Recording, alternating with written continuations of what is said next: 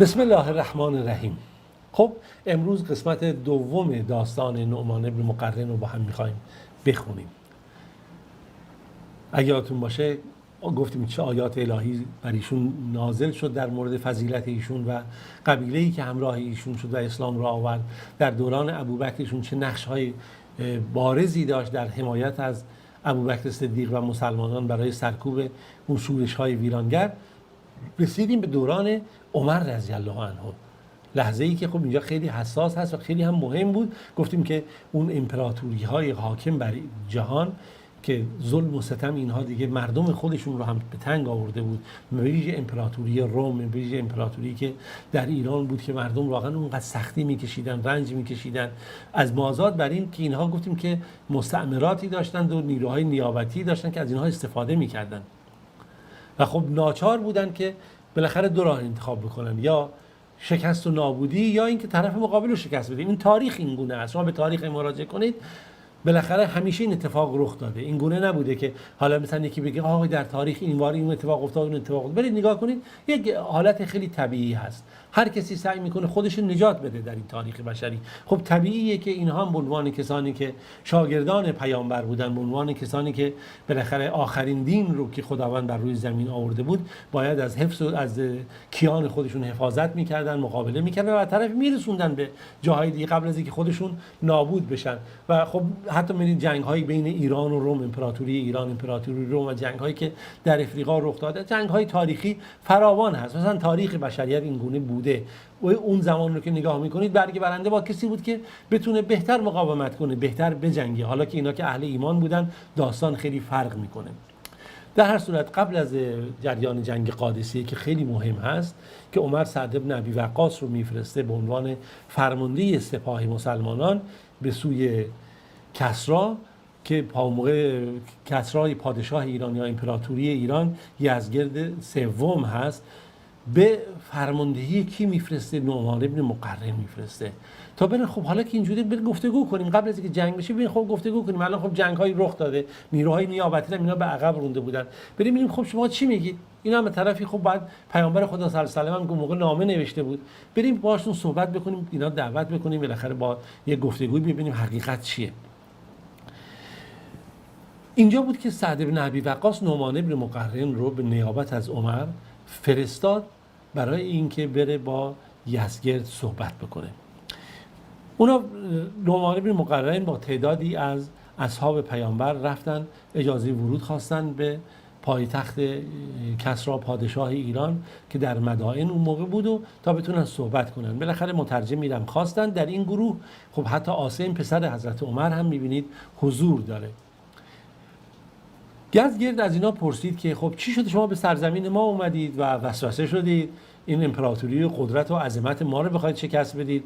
شما که تا به حال بردگان ما بودید، تا به حال تحت سلطه ما بودید، حالا کارتون اونجا رسیده که به ما حمله کردید و فلان.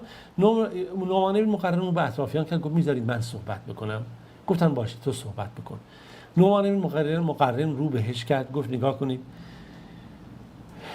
من میخوام باهاتون صحبت بکنم، ببینید من چی میگم. اول شروع کرد حمد خدا رو کرد، به پیامبر خدا صلی الله علیه و آله درود فرستاد و گفت نگاه کن خداوند به ما رحم کرده، پیامبری رو به سوی ما فرستاده که ما رو به سوی خیر و برکت رحمت فرمان داده و از طرفی ما رو از هر شر و بدی و ظلم و تبعیض ما رو دور کرده. اتفاقاتی هم که خب بین ما افتاده، شما هم شرایط ما رو میبینید، شرایط خودتون هم میدونید. بیایید حالا تصور نکنید که در اوج قدرت هستید، همیشه این گونه نمیمونه. اگر اومدید خب پذیرفتید، حقیقت رو پذیرفتید، خب خداوند خیر دنیا و آخرت رو بهتون میده. اگر نه مطمئن باشید که خداوند خارتون میکنه، ذلیلتون میکنه و این گونه نیست. میتونیم ما همدیگه کنار همدیگه با صلح همزیستی زندگی بکنیم و دست از این جنگ و اداوت ها برداریم و از طرفیم خب ما دعوتتون میکنیم. اسلام یک حقیقته. بیا ببینید اسلام چیه. اگه خوشتون اومد اسلام رو میپذیرید، نخواست بالاخره ما نمیتونیم با همش با خشونت نسبت به همدیگه برخورد کنیم. یه سری صحبت هایی رو کردی شد. اگر خب اسلام پذیرفتید، ما کتاب خدا رو میذاریم پیشتون و سنت پیامبر رو شما خودتون میدونید و خودتون، به شما هم کاری نداریم و برمیگردیم. اما اگر خواستید نه ادامه بدید به جنگ و دشمنی و اینها، خب ما هم ناچاریم که با شما بجنگیم و از شما بعد از اینکه پیروز شدیم بدونید که از شما مالیات خواهیم گرفت. مسلمان ها زکات میدن برای حفظ امنیت و زندگی و رفاه خودشون، شما اون موقع ناچارید مالیات بدید. وقتی ما پیروز شدیم بر شما، اون موقع ما بر شما غلبه میکنیم، نه اینکه ما به زور شما رو وادار به اسلام بکنیم، اما اون موقع ما دیگه فرمان روایان شما هستیم. یزدگرد این صحبت‌ها رو که شنید و بالاخره دید داره این گونه صحبت کنه، خندید، گفت من فکر می‌کنم روی زمین مردمی باشن از شما شقی‌تر، ناتوان‌تر، کم جمعیت‌تر و متفرق‌تر. تا به حال تاریخ شما این گونه بوده؟ خب این نمی‌دونست که اسلام اومده و چقدر تغییرات ایجاد کرده و تا به حالا اومدید بخش‌هایی رو شما از محله‌های ما گرفتید، به قول مناطق که تحت تصرف ما بوده گرفتید، فکر کردید که شما به توانایی رسید فلان اینجوری. نه اینجوری نیست. شما در برابر ما شکست خواهید خورد و ما شما رو نابود می‌کنیم و فلان رو شروع کرد یک سری حرف‌ها رو انجام دادن. نعمان بن مقرن هم گفت مطمئن باشید که در این جنگ اگر رخ بده ما کوتاه نخواهیم اومد، ما جنگ رو ادامه خواهیم داد. مفصل به متون تاریخی نگاه بکنید. بعد اینجا دیگه یزدگرد عصبانی شد و گفت اگر من قرار نبود که فرستادگان و سفیران رو بکشم حتما شما رو میکشتم، اما یه کار دیگه میکنم. گفت بزرگ شما کی و فلان؟ گفتن که مثلا فلانی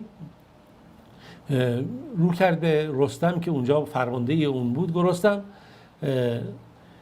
اینها رو بعد تو در منطقه فلان نابودشون بکنی، فلان بکنی، اینها رو در اون جنگ میری که همون منطقه به نام قادسیه مشهور شد، میری همه‌شون اونجا دفن میکنی و میکشی جلوی اینا. گفت تا رعب و وحشت بیفته. و گفت خب الان در بین شما چه کسی بزرگتر هست از مقام عظمت؟ گفتن عاصم ابن عمر، پسر عمر.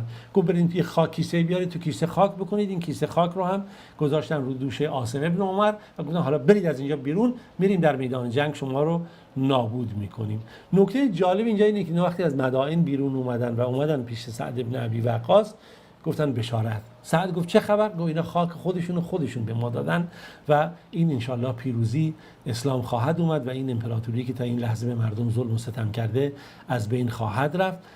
و همین گونه هم شد و اینها این غرور و تکبرشون در هم ریخت و شکست خوردن و ما شاهد این صحنه ها بودیم و این وقایعی بود که میشد این رو دید و فهمید.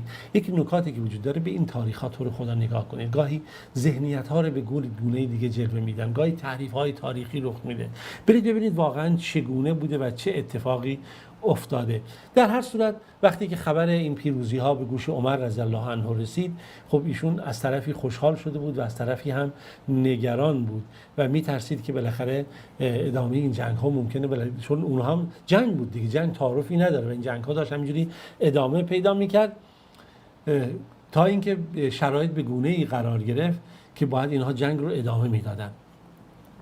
عمر گفتش که خب چاره‌ای نیست جز این که ما این جنگ رو بکشونیم در شرایطی که بتونیم دشمن رو دیگه زمینگیر کنیم، دشمن فرصت پیدا نکنه بیاد دوباره برگرده و برای نابودی ما، با توجه به اینکه اینها خب دارای قدرت و عظمت و شوکت هم بودن و دارای خب جمعیت بیشتری هم به اون نسبت بودن.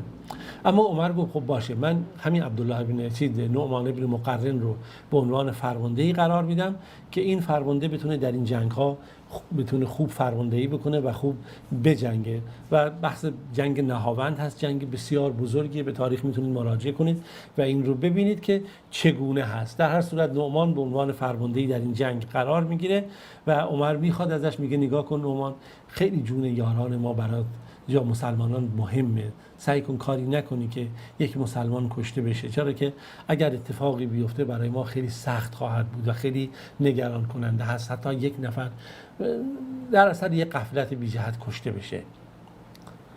حالا نقل شده که میگه حتی جان یک نفر از 100,000 درهم برای ما مهمتره. خب این پول خیلی زیادی نشون دهنده اهمیت جریان است. وقتی اینا به نهاوند رسیدن، اینها اومدن سپاهیانی که در اونجا در قلعه در شهر نهاوند جای گرفتن، در مسیر عبور یه دفعه اسب‌ها که اومدن متوقف شدن، اسب‌های سپاه مسلمان هر کار می‌کردن اسب‌ها حرکت نمی‌کردن. نگاه کردن دیدن اینا مسیر عبور رو پر از خرده براد آهن‌ها کرده بودن، براد آهن‌ها میرفت توی سم این اسب‌ها و این اسب‌ها توان جنگیدن دیگه نداشتن که حرکت کنن، زخمی می‌شدن. مونده بودن چیکار بکنن، چه باید کرد. اینجا اومدن مشورت کردن، گفتن چیکار بکنی؟ گفتن باشه یه کار میکنیم، ما الان که نمیشه کاری انجام بدیم، اما میایم همینجا متوقف میشیم و حرکت نمی کنیم، شب آتش روشن می کنیم در مناطق متفاوت و فردا که میرسه طوری جلوه میدیم که مثل که ما شکست خوردیم، داریم عقب نشینی میکنیم و میریم از صحنه نبرد دور میشیم تا اونها بیان دوباره وارد میدان میشن و همین جوری هم شد و اونها فردا که شد به همین صورت این اتفاق افتاد. اینا شب خود دیدن چقدر آتش زیاد هست، جمعیت زیادی هم هستن، آتش‌های پراکنده هم روشن کرده بودن، اما صبح که شد دیدن اینا که دارن برمیگردن، دیدن که خب نمیتونن مثلا اینا برگرد وارد بشن به جنگ. خب اونا خوشحال شدن، بلافاصله فرستادن اون کسانی که به اصطلاح امروز فرض کن مین چیدن، مین‌ها رو بروبن یا جمع بکنن، مین‌ها رو از میدان مسیر جدا کنن. اینا بودن افرادی که اینها رو پخش کردن، براد آهن‌ها رو یا این آهن‌های تیزی که مثلا مثل میخ بود تو پای اسبا میرفت، اینها رو جمع کردن، مسیر رو باز کردن برای اینکه بتونن بیان دنبال این سپاه مسلمانان و اینها رو بکشن. که دیگه همین شد که دیگه سپاه مسلمان تا دید میدان باز شده، این نعمان بن مقرن فرمان داد که حمله بکنید و گفت من 3 تا تکبیر میگم. تکبیر اول همه آماده باشید، هر کی هم که آماده نبود خودش رو آماده بکنه. تکبیر دوم هر کسی اسلحه‌شو به دست بگیره. در تکبیر سوم دیگه باید حمله کرد، یعنی حمله برگبار و برق‌آسا. و خب ایشون هم دعا کرد که خدای از تو میخوام که در این جنگ پیروزی رو نصیب کن و شهادت هم نصیب ما بکن. جنگ سختی در هر صورت در گرفت بعد از این 3 تکبیر که گفته شد و مسلمانان به یک پیروزی رسیدن. اما در همین مسیر جنگ جز اولین کسانی که شهید میشن، جوری خودش دعا کرد خدای من جز اولین شهدا قرار بده، خود نعمان بن مقرن هست که اسبش بالاخره آسیب میبینه، ایشون از اسب میفته و در اونجا در اون میدان جنگ ایشون به شهادت میرسه و برادرش وقتی این صحنه رو میبینه این روشو میپوشونه که مسلمانان متوجه نشن که بالاخره نعمان شهید شده، که مبادا درشون سستی ایجاد بشه. بعد از پیروزی که بالاخره به دست آوردن در اون جریان، دیگه مسلمان ها خوشحال بودن که من نهاوند فتح کردن و پیروز شدن. اینجا بود که برادرش پارچه رو کنار زد و گفت بنا کنید نعمان بن مقرن شهید شد و خدا دعاشو پذیرفت. و وقتی که خبر رو بردن برای عمر، نقل میشه، روایتی هم نقل میشه که خودش مثلا هنوز نمرده بود، نفسهای آخر رو میکشید، خبر آوردن ما پیروز شدیم و گفت خبر رو به عمر برسونید. هم خبر پیروزی مسلمانان رو بردن، هم خبر شهادت نعمان بن مقرن رو، که این نقل شده که عمر رضی الله عنه وقتی خبر شهادت ایشون رو شنید خیلی گریه کرد وقتی از منبر بالا رفته بود و این در تاریخ همیشه در این مورد نقل میشه و ذکر شده که کسی بود که عمر رضی الله عنه به خاطر شهادت ایشون بسیار متاثر و غمگین شد. در هر صورت خداوند عاقبت ایشون رو به خیر و نیکی تمام کرد و ایشون سبب یکی از بزرگترین پیروزی ها برای بشریت و امت اسلامی بود. خب تا روز دیگه و درس صحابی دیگه شما عزیزان رو به خدای بزرگ میسپارم. خداوند یار و نگهدارتون.